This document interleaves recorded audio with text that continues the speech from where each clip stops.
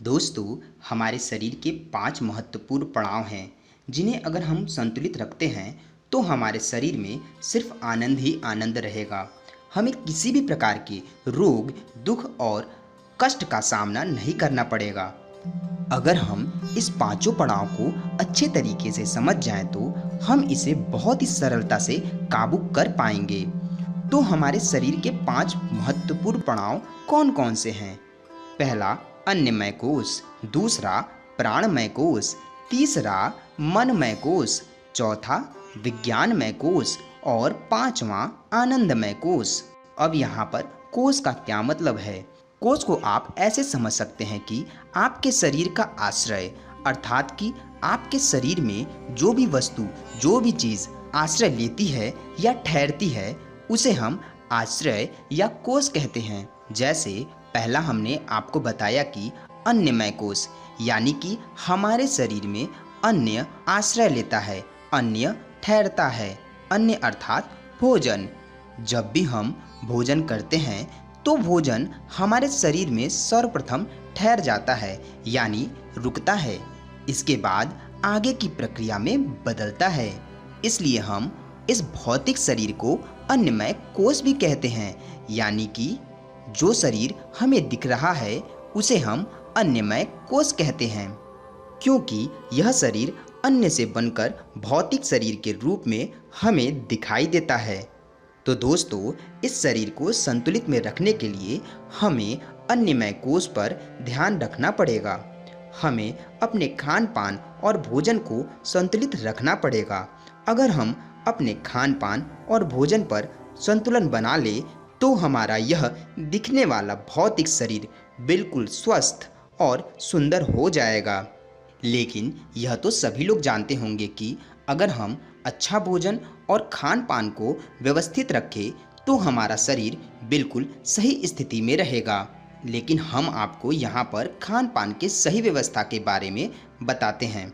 दोस्तों, अगर आपको अन्नमय कोश यानी दिखने वाले भौतिक शरीर को शुद्ध रखना है तो आपको नियम से बंधना होगा। यही इसका एक मूल सिद्धांत है। अगर आप एक नियम से समय के अनुसार खान पान एवं शौच स्नान करते हैं तो आपका शरीर स्वतः रूप से व्यवस्थित हो जाएगा।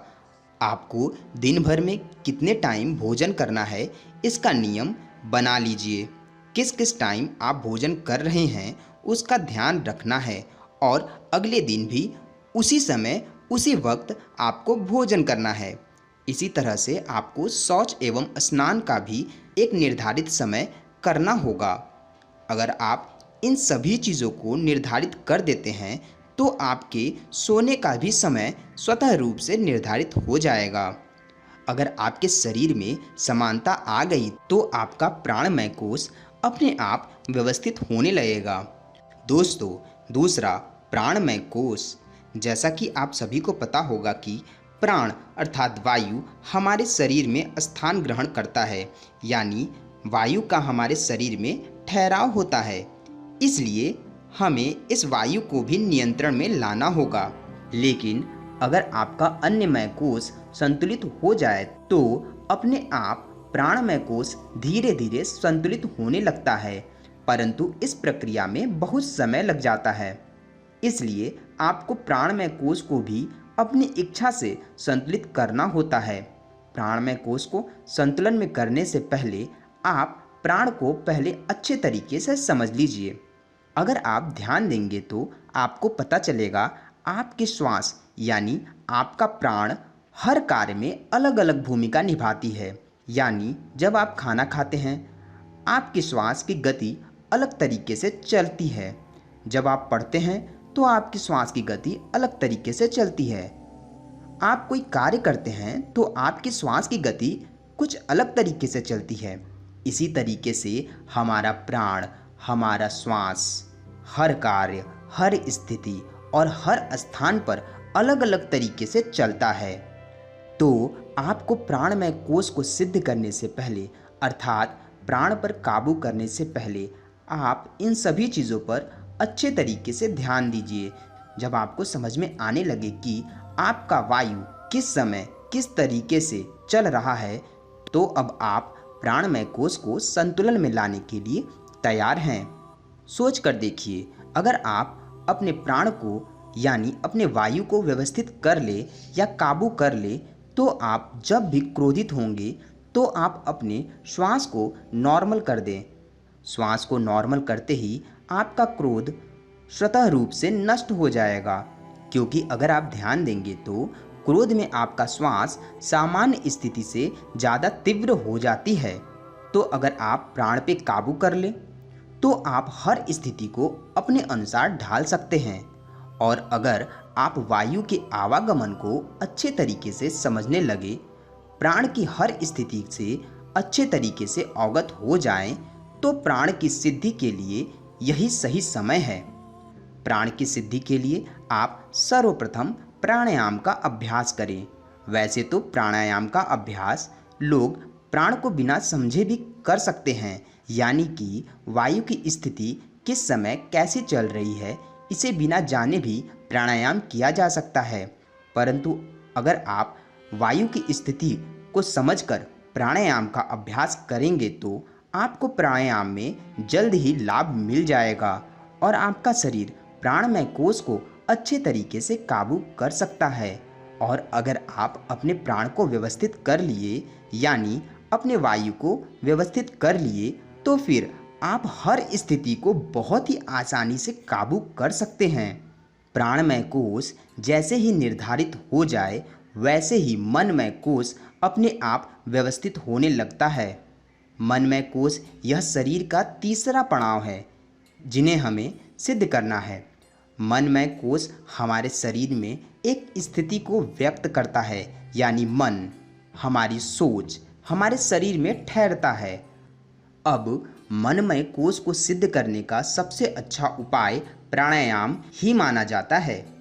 अगर आप प्राणायाम करते हुए अपने मन को प्राण पर अर्थात वायु पर टिकाना प्रारंभ कर दे, तो आपका मन स्वतः रूप से व्यवस्थित होने लगता है। और अगर आपका मन व्यवस्थित होने लगे तो प्राण भी बहुत सुगम तरीके से आपके काबू में हो जाएगा। दोस्तों, यहाँ पर समझने वाली बात यह है कि यह पांचों कोश एक दूसरे के पूरक है।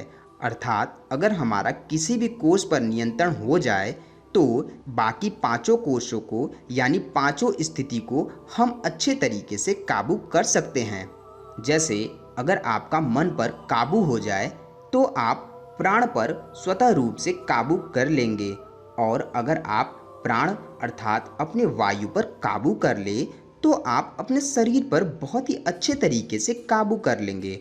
और शरीर पर काबू करने से आप अपने अन्य पर भी काबू कर लेंगे, यानी अपने भोजन पर भी काबू कर लेंगे। इसलिए शरीर के 5 स्थितियों में से किसी भी एक स्थिति को अच्छे तरीके से काबू करना हमारे शरीर के सभी स्थितियों में सुधार लाने का एक नायाब तरीका है। तो अगर आप प्राणायाम का अभ्यास निरंतर करते जाते हैं तो आप मनमय कोश को बहुत ही अच्छे तरीके से नियंत्रण कर पाएंगे। दूसरे तरफ आप सीधे मनमय कोश को भी नियंत्रण करने का प्रयास कर सकते हैं। आपको इसके लिए ध्यान करना होगा। ध्यान करने से पहले आपको ध्यान की स्थिति को समझना होगा। ध्यान क्या है और हम ध्यान क्यों कर रहे हैं, इसे जानना बहुत ही ज़रूरी है। अगर आप ध्यान देंगे तो आपको पता चलेगा ध्यान हर समय, हर स्थिति, हर जगह विराजमान है। अगर आप मेरी बात को सुन रहे हैं और मेरे वीडियो को देख रहे हैं तो आप ध्यान से देख रहे हैं। अगर आप ध्यानपूर्वक नहीं देख रहे हैं तो आपको हमारे वीडियो को देखने का कोई मतलब नहीं है। इसी प्रकार से आप ध्यान हर वस्तु, हर चीज़ में रखते हैं, या वह कोई मूवी देखना हुआ या कोई कार्य हुआ। अगर आप ध्यान अच्छे तरीके से किसी वस्तु पर नहीं देते हैं तो आप उस कार्य को उतना अच्छा नहीं कर पाते जितना अच्छा आपको उस कार्य को करना चाहिए। तो मनमय कोश को सिद्ध करने के लिए आपको निरंतर ध्यान का अभ्यास करना होगा।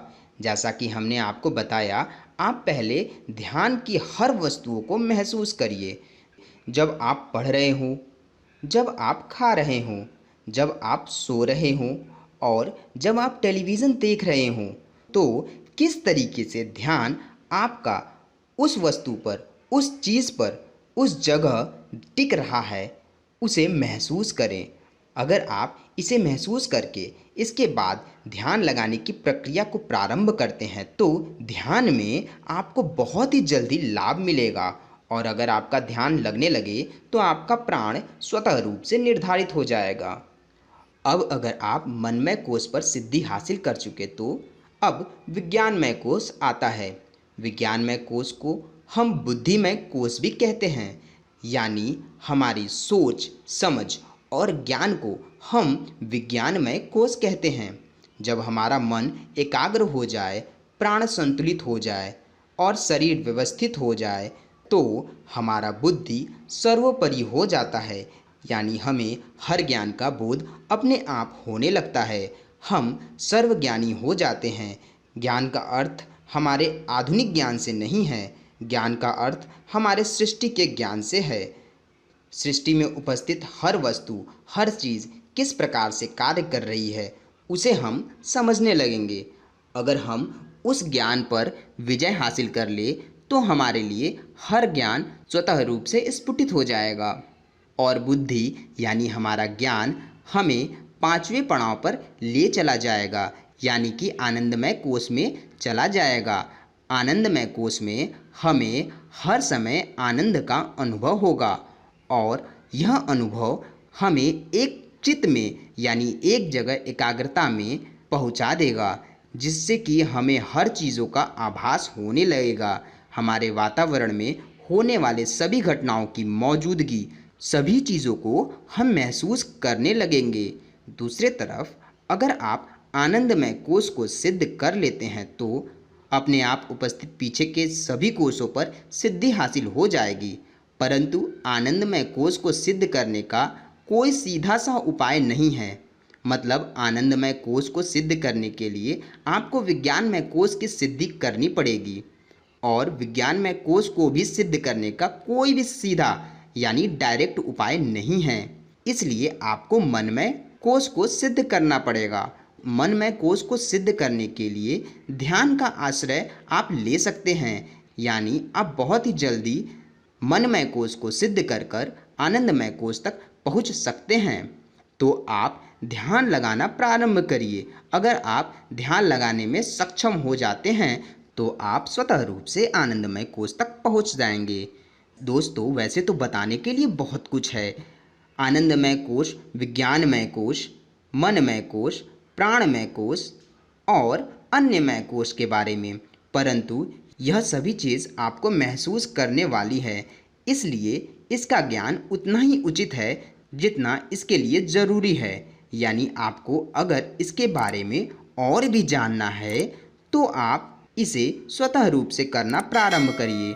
आपको धीरे धीरे इसकी सभी खूबियों के बारे में पता चल जाएगा और आपके जीवन में आनंद के सिवा और कुछ भी नहीं रहेगा।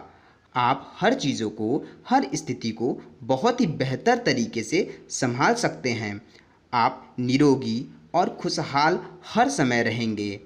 इसलिए सबसे आसान और व्यवस्थित तरीका है कि आप अपने अन्यमय कोश पर नियंत्रण करें। लेकिन अगर आपके पास सामर्थ्य है, तो आप प्राणमय कोश को और मनमय कोश को सीधा नियंत्रण कर सकते हैं।